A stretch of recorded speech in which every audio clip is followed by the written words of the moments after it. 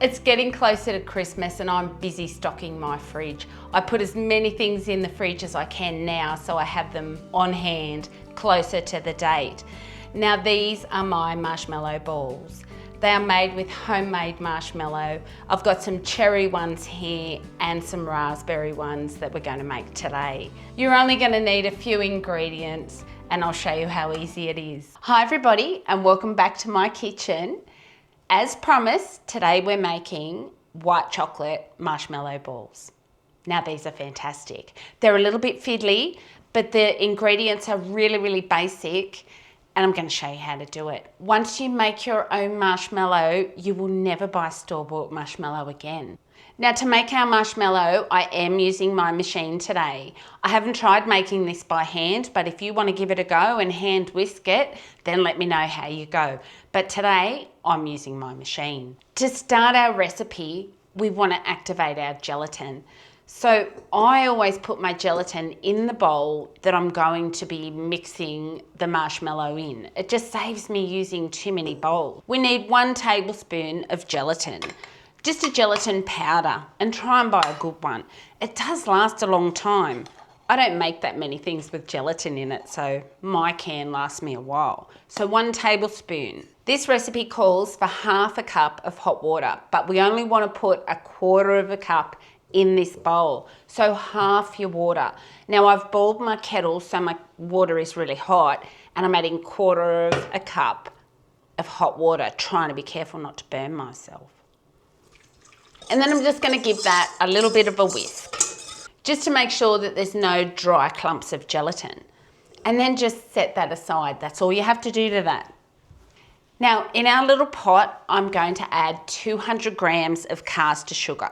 I use raw caster sugar, but you can just use white caster sugar, it doesn't matter. And then to this, I'm adding my other 1/4 cup of hot water. Now grab yourself a wooden spoon. I always use wooden spoon when I'm making any toffees or anything like that. I just think it's a bit safer. Now I'm just gonna pop that on a medium heat, but I'm gonna stir it until the sugar dissolves. And then I'm just gonna let it sizzle away. Now I've just put that on my smallest gas ring, but on as high as it'll go. So it's about a medium heat, I'd say. Now I'm gonna keep an eye on that and keep stirring it until the sugar has dissolved, and I am gonna get my thermometer. Now I don't have lots of fancy things in the kitchen like candy thermometers, and I think might even be a meat probe, but anyway, it works. It tells the temperature. So as long as you've got something that won't melt in your pot and it tells the temperature, it'll do. We want to dissolve the sugar in this and then bring it to a temperature of about 114 degrees Celsius. Now that is what they call a softball candy stage or softball toffee stage. And that's what we want it to. Anywhere between about 112 and 116. So I always go for around 114. So I'm not fussing with that. I know that there's a little bit of sugar around my pot and I'm really not bothered by it. It'll just sort itself out. So don't fuss with a brush going around with your sugar crystals. It doesn't seem to matter. But I'm not going to put my thermometer in until my sugar has dissolved and it starts to sizzle, and then I'll put my thermometer in. Now you can stir it if you like, or you can just leave it, but keep an eye on it. It's going to get to temperature pretty quick. We only have a small amount of sugar and water really. It's only about a bit over 1 centimetre in the bottom of my pot. You're probably not supposed to stir it, but I just can't help myself. I stir everything.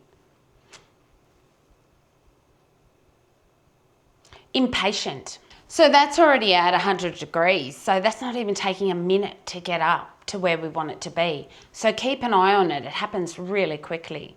And it gets so hot, so be so careful. This stuff will take your skin clean off in layers. Not one for the kids. Once your sugar syrup has reached 114, take it off the heat really carefully and just leave it. So there it is, 114.3. That'll do. Now keep in mind the end of that thing's hot as well.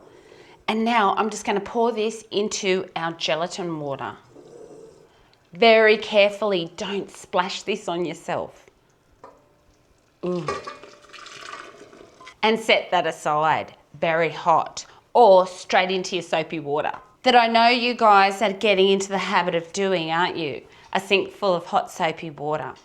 Now I'm just going to give that a really light whisk just to mix it together. And once again, it is so hot, so be so careful. Don't get in there trying to get all whiskey. Just go easy on it. Now I'll tip that up so you can have a look at it, but I'll be really careful. It just looks like really runny toffee. And that's all it looks like at the moment. And that's it. That's all we have to do. Now the machine's going to do the rest. So I'll pop that on very carefully. Now most recipes that you read will tell you to leave this for a couple of minutes. The reason they tell you to do that is because you don't want to start this whisk and then splash all hot syrup all over yourself. But I'm going to be really careful today and I'm just going to start it. Now I'm just going to pop this on low when I turn the PowerPoint on. Helps, doesn't it? I'm going to pop this on low, probably about my second setting, and I'm going to leave that for about 2 to 3 minutes. If you don't know how long that is, set your timer and just walk away. Just leave it. It's hard, isn't it? 3 minutes and it's just been slowly going around, which it's still really hot, but it's had a chance to cool a little bit. Now, that's still ticking, but it did go off. It'll just fade away. See? Now I'm just going to turn this on high and set the timer for 10 minutes. That's all we're going to do.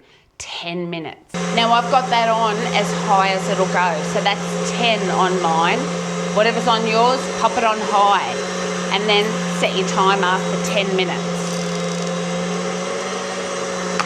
And that will magically make us our marshmallow. So that's been working away there for a good 10 minutes. Well, I've just been relaxing. It's great to have a machine sometimes, isn't it? Now's the time that we want to add our flavour and our colouring. Now let's have a look at it. It looks like soft meringue. Now I'm not going to touch that. The worst thing you can do with your marshmallow is touch it. It is so sticky, and I'm going to show you how sticky in a minute. Today I'm making raspberry marshmallow because I want my balls to be pink. So I'm only adding 1/4 teaspoon of my raspberry essence. Now don't do what I did and taste this. I actually tasted it. It smelled so good. I don't know what I was thinking. Of course it's got no sugar or anything in it, and oh, it's worse than cough mixture, so don't try it. I couldn't help myself. I needed to know what it tasted like. My daughter said to me, "What were you thinking? Why would you taste that?" I don't know. Now let's just put that back on low. Now you can make this whatever flavour you want. You can go with vanilla. You can go with cherry. I'm going raspberry. Now, colour. Go easy on the colour. Now I've put 2 drops of that. Now when you are making marshmallow and meringue, you can use a water-based colouring. But when we get to our chocolate, we're not going to be using this. We're going to be using a powdered colouring because we don't want anything water in our chocolate. So I'm going to turn that up just a little bit, and I need some more colour. So that's another 2 drops. So that was 8 drops altogether, and I just spilt it on the bench. My colour has all mixed in. Now let the games begin. Or the fun start, or the mess. I've found the best way to get this off is just with a knife. So scrape away, but try not to touch it. It will stick all over you. This is soft, gooey marshmallow. It's nothing like meringue.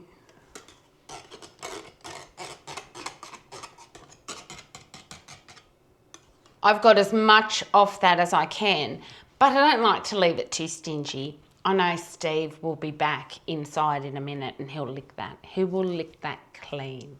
Now we're just going to get this into a piping bag. Now I just use a big Ziploc bag for this. Finger in the corner and in I go. If you have a piping bag, then you get your piping bag out. Don't be frightened to use your piping bag. Although this is really sticky, once you add water to it, it's a really easy clean up. Now this is how pink I went, and it's really sticky. As you can see, it's not coming out of that bowl. So get your scraper and then get it in to your piping bag the best you can without getting it on your hands. Up. So there we have all of our messy marshmallow into our piping bag, and then just squeeze it down to one corner. Now be gentle, don't squeeze too hard. You don't want to pop your bag. If you pop your bag, I imagine that's an absolute disaster. I don't want to do that. Now, when you're making your marshmallow, icing sugar and corn flour is your friend. So I have a combination of icing sugar and corn flour. I've got 50 grams of sifted icing sugar and about 15 grams of corn flour. I find that's a pretty good mix. And now I'm just going to sprinkle some out onto my tray. You can't use too much of this when making marshmallow. We don't want it sticking to anything. This stuff will stick on everything. Now I'm going to keep the rest of my icing sugar and corn flour in this bowl here because I am going to need to put my hands in here. So my hands are clean and we are going to roll balls. If you want to pipe these into molds or put it into a tray, just do the same thing but put paper and then just put it in a tray, and you can cut yours into squares. But I want little balls today. So like I said to you before, I don't mind fiddling in the kitchen for Christmas, especially if I can get some things done now and then enjoy them myself at Christmas. Sometimes you make all these things and then you don't want to eat them yourself because you've OD'd on sugar. You've made so many sugary things. But by the time I start putting these out, I'll be the first one to get one. Now I'm going to snip my corner off this, and it's not going to come flying out because you saw how thick it was. But be careful where your little piece of plastic goes. You don't want that to end up in one of your marshmallow balls. Now once you commit to this, it's going to get a little bit messy and it might even get out of control. I'm not sure. But this is the best way that I have found to do it. I don't know how else you get marshmallow balls, and I really love the marshmallow ball. I'm going to pipe this out and it's going to come out like a little... I just put my thumb in it. I was trying to avoid that. I'm going to squeeze my bag and it's going to come out like a little log. If you had somebody else to help you, they could squeeze while you could pinch, because that's what we're going to do. We're going to squeeze a little log out and then we're going to pinch it off. That sounds really funny, but that's the only way that I can explain it to you. So if I was to just pipe that out now into my hand, it's like dealing with melted chewing gum. That's how sticky this stuff is. So before you get started, flour everything, including yourself. So here we go, our first log. Now, I want these all to be the same, so I'm going to try and squeeze out the same amount every time I go to make a ball. So I'll show you what happens. I'll squeeze this out to about that, and I've got flour in my hands, or icing sugar, maybe a little bit more. And then I'm going to pinch that off, and I want as much of that on there on my hands as I can, and then I'm just going to roll that into a little ball. And there you have a perfect little marshmallow ball. So keep flouring and then just squeeze a bit out, pinch it off into your flour and roll. Now I think the key to making homemade things look really good is to make them all look the same. If you can get your balls all the same and everything looking the same, they look so much nicer on the plate than all misshapen and odd-sized things. So try and concentrate on squeezing out your log to about the same every time. And roll it. And then just keep going. But remember, icing sugar and flour on your hands. Now don't squeeze your bag too hard. If you pop it, oof, you're going to be in trouble. Now when you first start doing this, if your balls are a little bit misshapen or a little bit odd, it doesn't matter. We can fix them when we dunk them in the chocolate. That one was a little bit big. I always do that. I just get bigger and bigger. Now, if you get into a disaster, just head straight to your sink. And then you'll be thanking me that you've got hot soapy water in it. Now's the time you can let the kids join in. This is so much fun for them, rolling all these little balls. But just roll them really gently. They're marshmallow and they're really soft. Now I'll stand here and roll all of my balls, trying my best to keep them all the same size and not get it stuck all over my hands. So far, so good. But like I said, it is messy. But once you try these, oh, it's so worth it. I made cherry ones the other day and they are beautiful. So today, raspberry. Now, usually when you're making marshmallow, you put it in a tray and it's gonna sit out at room temperature for anywhere from 6 to 8 hours to firm up.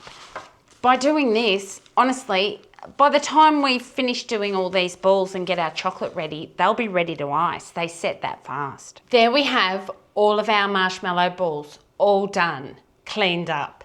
It did get a little bit messy, but not too bad. When you've got it in that piping bag, it's a little bit easier to handle. Now I'll just leave those to sit here and firm up. That's all they need to do. Now you can feel by the first one that you already did, they're already firm. So by the time I have a bit of a clean up, go and find some chocolate and get ready, we'll be ready to dunk these in chocolate straight away. That's most of my cleaning up done and my marshmallow balls have had a chance to firm up. Now if I pick one of those up, they're quite firm and they crack on the outside like a store-bought one. So if you just want marshmallows, just pop them in a jar and keep them now. They're perfect and oh, are they good? Do they taste good? Raspberry marshmallow in your hot chocolate? Sounds like a thing to me. In my bowl here, I have about 180 grams of white chocolate. Once again, choose a chocolate that you like to eat. And then I'm gonna melt it. In my little pot here, I only have about 1 centimetre of water and I'm just gonna pop my little bowl on top of that and just put it on a really low heat and just let it melt itself. My chocolate's all melted, it's nice and smooth and runny. And now I'm gonna add a little bit of coconut oil, probably just about a tablespoonful. So about that, maybe a bit less than a tablespoon. Now the coconut oil just helps to thin out your chocolate a little bit and it also gives it a little bit of a shine, a gloss to the outside. Now I'm going to be dunking these in my chocolate and then rolling them in coconut. If you don't want to roll yours in coconut, you can just dunk them in white chocolate and leave them to set and they'll go all nice and shiny and lush. But I want mine to look Christmassy. So I'm rolling mine in coconut. And you know me, any reason to use coconut. I always use a powdered colour because I just find it's better when you're colouring your chocolate. So just put a little bit in at a time. It's really easy to overdo your colouring. Now I'm going with a cherry red and I'm hoping to get a nice pale pink. That's my colouring all stirred through. Just give the powdered colouring a chance to dissolve and stir through. I know the powdered colouring is a lot more expensive than the water-based colouring, but it does last a long time and you only need the tiniest bit of it. So it is a bit of an investment. So I think I've matched my colour to what I think my marshmallow is going to be. So hopefully it's the same tone pink. Now what I'm also going to do is colour my coconut and I'm going to do the same thing. I'm just going to sprinkle a little bit of colouring over here and then just mix it through with my fingers. You can put gloves on for this if you like because the colouring does go on your hands, but I'm in the kitchen that often that it's going to wash off in no time. And then I'm just going to rub that colouring through. Now you can leave your coconut white. It doesn't have to be coloured. You can leave your marshmallow white. You don't have to flavour it. It's got a beautiful flavour as is. But I want mine pink. There's something about pink marshmallow. It just makes it taste so much better when it's pink. When you're ready to dip your marshmallows, get yourself organised. You want a bit of a production line, otherwise this could become a real disaster. Now the only thing I'm going to use is a toothpick and I'm just going to stab my marshmallow, dip it and pop it in the coconut. If you're not dipping yours in coconut, then you just dip and go straight to the tray. Let's go in with our first one. So just stick your toothpick until you can feel it. It doesn't matter if it comes out the other end like that. The last thing you want to do is lose this little marshmallow in that melted chocolate. That will dissolve, so we've got to be quick. So in we go. And just make sure it's evenly coated and then tap it off. And then just use some of the coconut and push it off your toothpick. Rub it in the coconut and then roll it again. Roll your ball with lots of coconut, and you'll slightly press the coconut into the melted chocolate. And then you will have a perfect little marshmallow ball. Now, if you want a thicker coating of chocolate on your balls, just don't add the coconut oil. But I like that really thin crunch that you get when you bite into it. You can see how thin my chocolate is, and then I'm still tapping it off and then straight into my coconut.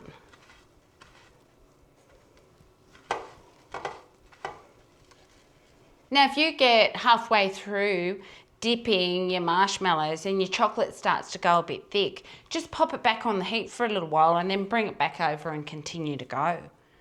If you get tired and you don't want to stand here any longer and you need a break, just leave it sit. Walk away, have a coffee, and then come back when you're refreshed. But get all your balls rolled. So I'll keep going, coating each of my marshmallows in chocolate, and then we'll let these set and I'll cut them open and show you what they look like in the middle. Now, if you get to this stage and you start running out of chocolate or you start running out of coconut, just grab some more. You can see that I've added a little bit more coconut because my colouring went from dark and it's getting a little bit lighter because I added more coconut, but I didn't add more colouring. And that's fine by me. I can put out some dark ones, I can put out some light ones. I can put out both at the same time. It doesn't matter. They taste so good. People won't even notice.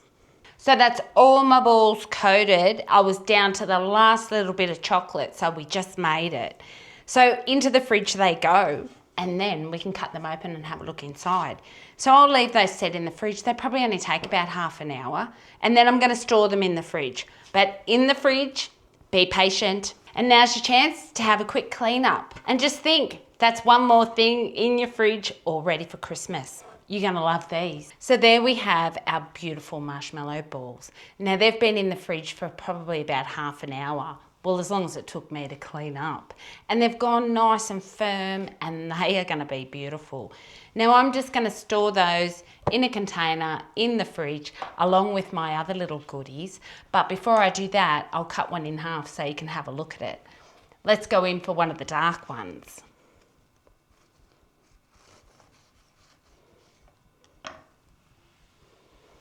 And there you have little marshmallow balls. Now the dark ones didn't quite match my marshmallows, so let's have a look at the lighter ones. That looks a bit better. And there you have it. They're soft and gooey on the inside, but as these get harder in the fridge, possibly overnight, they crunch when you eat them, and then the marshmallow is soft and gooey in your mouth. And they are delicious. So make them whatever flavour and whatever colour you like. Experiment for Christmas, but your guests are gonna love them. So put them in the fridge and save them all, and you'll be so glad that you've got these for Christmas. Now this made 61, so not bad for 200 grams of sugar and a tablespoon of gelatin. And then we used the chocolate. So pretty good recipe, 61 balls. I know we'll be happy.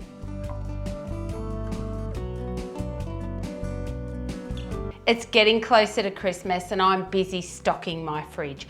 And one of the things that I love to make is these marshmallow balls. They're made with homemade